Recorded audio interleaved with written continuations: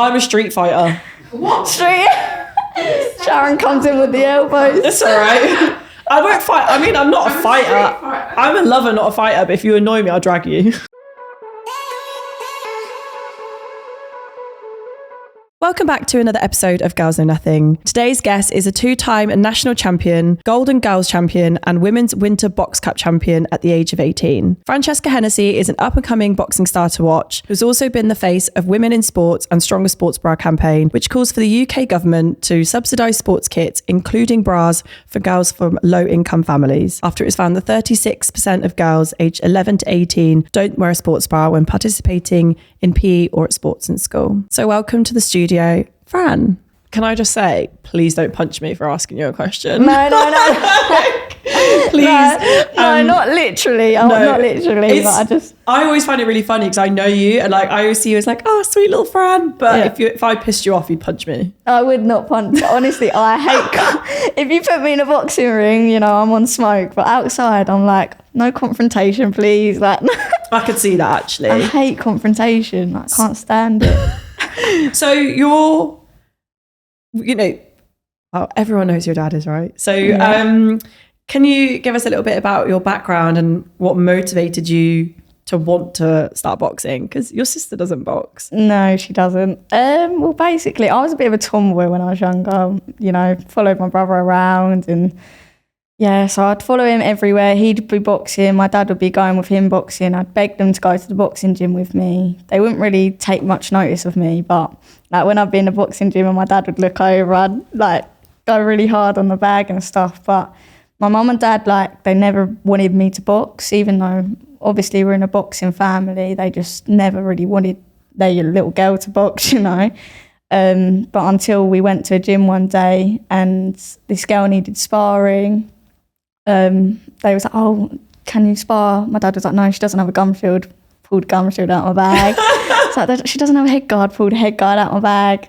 And I got in there and my dad was like, "Wow, she's been watching everything we've been doing." And then from that day, he was just like, "You can box." Do you think it was a protective thing or the fact that you were a girl, they were a bit about you boxing? I think a bit of both, to be honest. I do think they was looking at me like, "Oh, she's our little girl. We don't want her to get punched." It was like a new thing at the time for female boxers to be boxing and stuff. Because this was when I was about 11, 10. I was only young. But yeah, I think also it was a protective thing because obviously my dad's been there. He's seen things, and he already had his son doing it. So I think he just was like, "Yeah, not my daughter as well." Do you think it was the fact they were like, "No, you shouldn't do it," that pushed you or spurred you on to want to get into it? Definitely.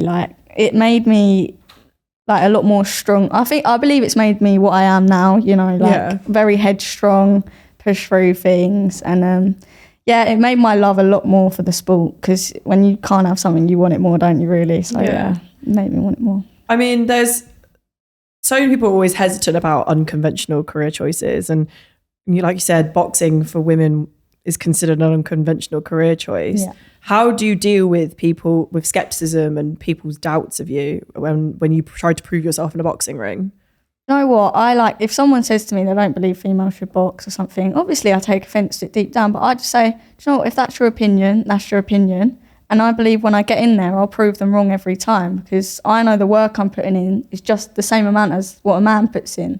And so, why shouldn't I get the opportunity to do what they do if I'm good at it? Well, I think it's down to the fact that it's always been male-dominated industry, but isn't all sport in general generally just male-dominated? Yeah. And I can imagine it gives you really unique challenges that maybe your brother would never necessarily face. So, do you have any notable experiences when as a female athlete that you had to deal with that your brother would never have to?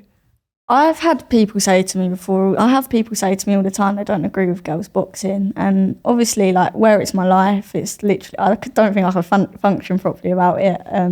Obviously you get offended by it, and I don't see why people think that I shouldn't have the chance to do what they do just because I'm a female, you don't even, I'm a girly girl. I love, dressing up, I love putting makeup on, but it doesn't mean I can't get in there and, throw hands if I need to. So it is hard when you get comments thrown at you and people are like, "Oh, because you're a girl, don't get punched in your pretty face. Like, it's a nice, but yeah, it's hard. But do you think it means you don't get the same level of like support when it comes to training camps as your male athlete counterparts? No, to be honest, my training camp, like my dad's, my trainer Brad, you know, they're all very supportive of me. And obviously now women's boxing's a way bigger thing.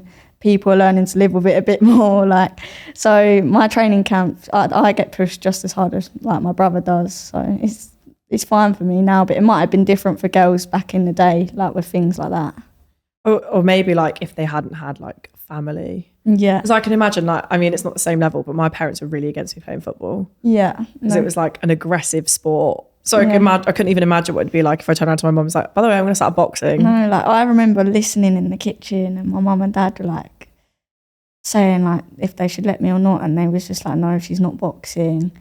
And I remember I went into them crying and I said, who are you to stop me from pursuing my dreams? Yeah. And from then they was like, you know, how can we not let her do this? It's because I loved it. Like I still do. Like even as a young girl, I loved it. And hearing my parents say, you can't do this, it was horrible because in my head, I'm thinking of all the things I could potentially do and stuff. And yeah. Have there ever been like moments where you felt like you had to try even harder just to prove yourself to like, maybe not to your family or like your training camp, but like to everyone else around it, that even in boxing industry? Definitely, like every day I push very, very hard. Now I try to push myself to the next level just because obviously there is that stigma with girls boxing and there's all different types of things on you. So yeah, I try to push myself as hard as I can just because of those things. You recently made your Sky Sports debut. Congratulations. Thanks, Sarah. It's an amazing milestone, but how much does that moment mean to you? Like, what was it like to actually have to make that debut? I can't put into words what it was like to hear that be announced, you know, like since I've been a young girl, I've been dreaming of this day. So for it to finally happen, it was honestly surreal for me. Like, do you think it gives you an additional pressure to perform though? Of course it does. Like everyone's looking at me. I'm on a massive platform. I'm a young girl. They're all thinking, is she gonna crumble? Is she not? But for me, pressure pushes me on, and I believe I definitely won't crumble, and it will make me a superstar by the way I perform. So I think there's a weird thing with the boxing industry at the moment where I feel like I can imagine professional athletes get really frustrated with the rise of influencer boxing, because I can imagine there is so much money in that because of people's followings. Yeah. When you've been training your entire life for something and it doesn't get the same level, like what do you actually think about influencer boxing? You know what, like a lot of people are against it, but I'm actually not against it. I think, you know, it brings more eyes to the sport. There's a lot more YouTuber fans who are boxing fans now, so I think it's good for the sport. Obviously, yeah, like maybe for the higher level boxers it's a lot more frustrating for them because they're not getting paid the same amount as these YouTuber boxers, you know. But I see like the likes of Jake Paul and everyone, they put in a lot of hard work, so why shouldn't they get the same chance to do what we do? You know, I'd class him as a boxer now. So. Would you fight an influencer?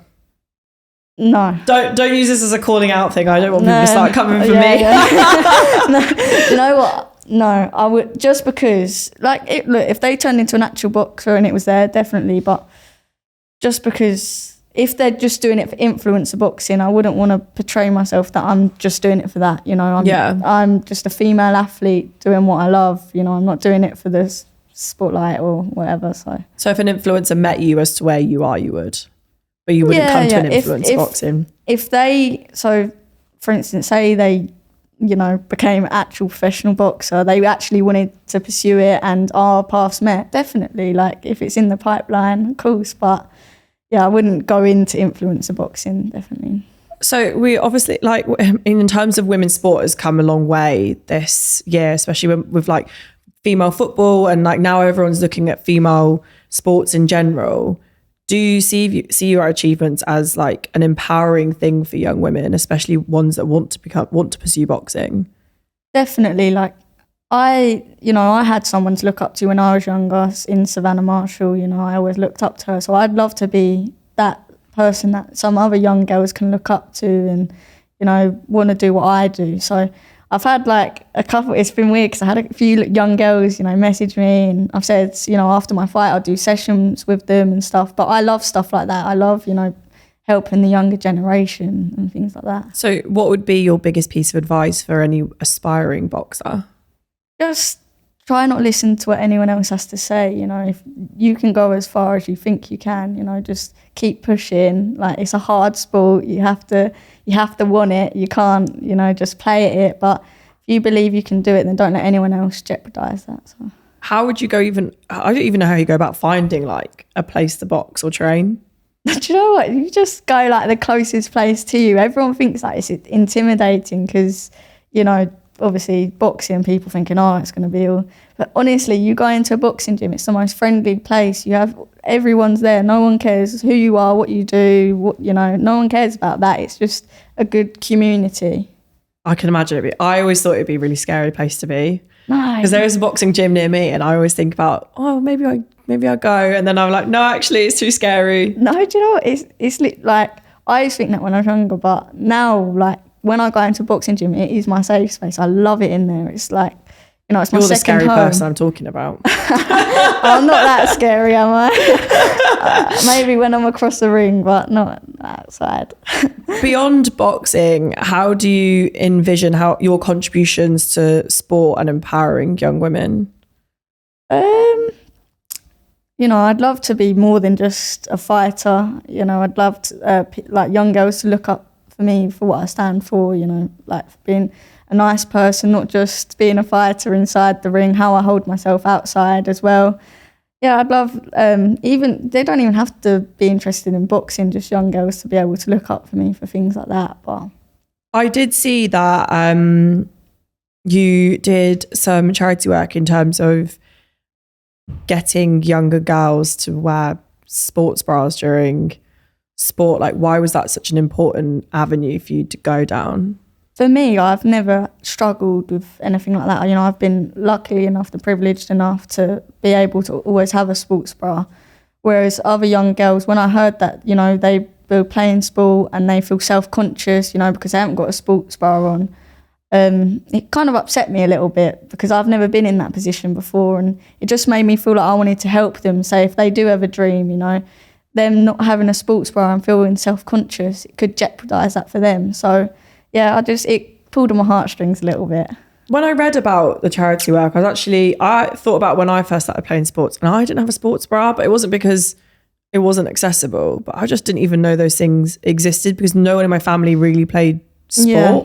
No, definitely. I think when you get to, like, say young girls, you get to a higher level of sport or something, then you start, you know, noticing it because obviously, like, your boobs are getting bigger, they're jiggling about everywhere, you know, and it can get a bit uncomfortable, say, if you're just wearing a normal bra. So I think, and a lot of young girls have actually come out and said that they feel self-conscious, you know, if they don't have a sports bra. So I think it's actually quite an important thing that people, like, overlook. What is the main goal with that charity work and that organisation?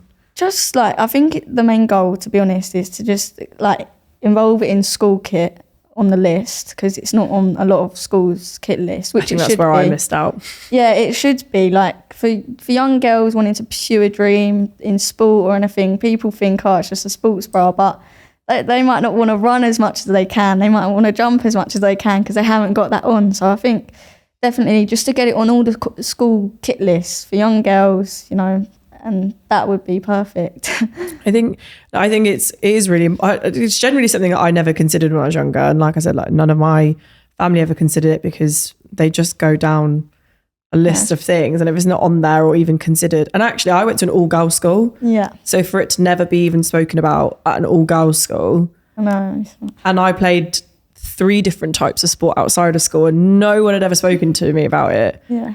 And I don't think I ever bought my first sports bra until I was like 18. That's what it is mad, like, just because I like didn't really think about anything like that, but when I started getting serious in boxing, then I realised I did need one, like, because before I actually didn't have one and I was using like just a normal bra. But then when I started getting more serious about boxing and things, you do get self-conscious about those little things, thinking, oh, has my boob popped out? Or anything like that, you know. So I think just in general for young girls, it should be on the kit list.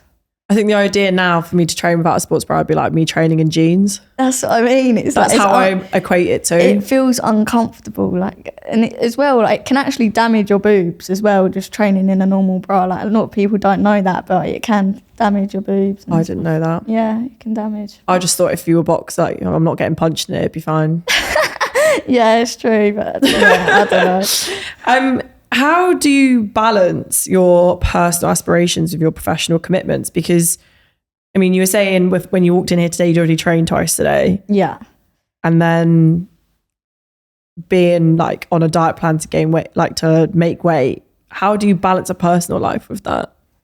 When you're like in camp, to be honest, you don't really have your personal life. Like, I wouldn't go out with my friends, or I wouldn't do anything like that. When I'm in camp, you know, I'm in the zone. I come to do like things like this, like work-wise.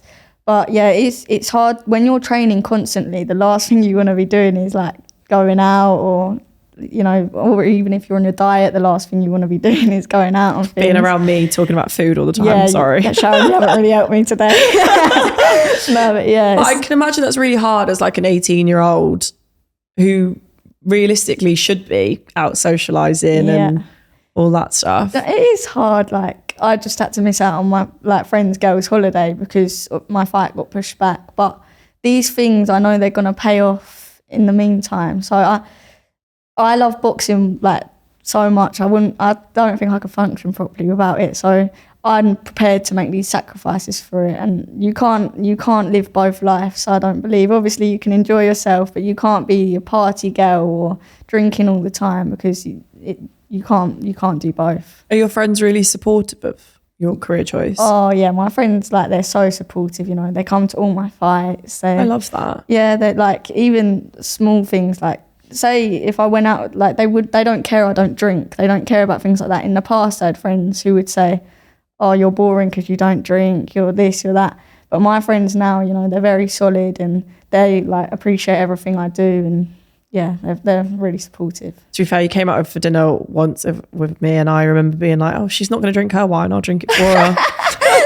Yeah, well, more for me. Well, yeah, exactly. But it's hard because, you know, you see everyone else having fun drinking and stuff, but you know, when you know it's going to come with it, it's okay. Yeah, I mean, if you knew your Sky Sports debut was coming, glass of wine's irrelevant. Yeah, exactly. I'm never going to have that, so it doesn't matter to me. You enjoy the wine, Sharon. So, I mean, obviously not everyone is as fortunate as you are to have those supportive friends and those supportive circles. So, you know, if there is anyone out there that is striving to achieve and follow their passions but don't have that same support system, what advice would you give them? If their friends aren't supporting them, then they need to get new, like, you know, they need to realise that they're not their true friends, you know, having good people around you in a sport like this is very important, and it's very hard to find as well. So I'm very fortunate to have good people around me with what I do, but if you don't, then I'd say leave the people who aren't helping you and try to find, like, don't find obviously, but, you know, see the good in people, like, who are going to help you, not people who are going to put you down and try to get you to do things you shouldn't be doing when you're in a sport. Like, you can't be doing stuff like that. I think as well, if you spend most of your time in a boxing gym, there's no way that you're not going to have friends that... No, of course. In a boxing gym, everyone's friends. That's the thing. Like, if you're worried about friends and stuff, go to a boxing gym, because no one cares who you are, what you're like, what you do. Everyone's just friends in there. Like, I'll go to the boxing gym, and if I come into work a couple of weeks later with a black eye, I'm going to blame you. Yeah, blame me. I'll spy you. I'm not doing that. Actually, I don't want to spy you. How is that? I should be scared of you and not the other way around. No, I'm actually a little bit scared of you, Sharon. Oh, you don't want to put that message out into the world. I'm not a scary person. No, I'm joking. She's not. I'm joking. Maybe if you could never annoy me, but I'd only be scary if you annoyed me. Oh, I can get a bit annoying sometimes. That's all right, don't worry. I promise I won't fight you. But I always ask all of my guests a similar final question. Yeah. What piece of advice would you offer to your younger self based on your career and life journey so far? I'd say to my younger self, keep pushing, keep striving for what you want to do. Don't listen to anyone, and you're going to get to where you want to get to, and your dreams will come true. Well, I'm going to be there at your next fight. Thanks, on the Sharon. 30th of September. And, you know, if you don't see me or hear me, I'm pretty sure I will. yeah, you definitely will. I think everybody will. But at least you know that I'll be there to support you. So I'm super excited for that. Thanks, and I Sharon. actually can't wait. I've got like a little countdown on my phone. No, you don't. Yeah, I actually do. You're I'll show it to you later. You'll find it so funny. I'm ready to go. I appreciate this support, honestly. So at least, you know, if other people aren't supporting you, I am. So Thanks, Sharon. I appreciate it. I can't wait. Well, I can't wait for you guys to see me in action. No pressure. No, pressure makes diamonds. I'd crumble like that. I'd be done. No, you can't. Yeah, well, we'll see. I mean, you thrive off it, right? That's why you're a boxer and not me. Yeah, I thrive off it. I love it. Live for it.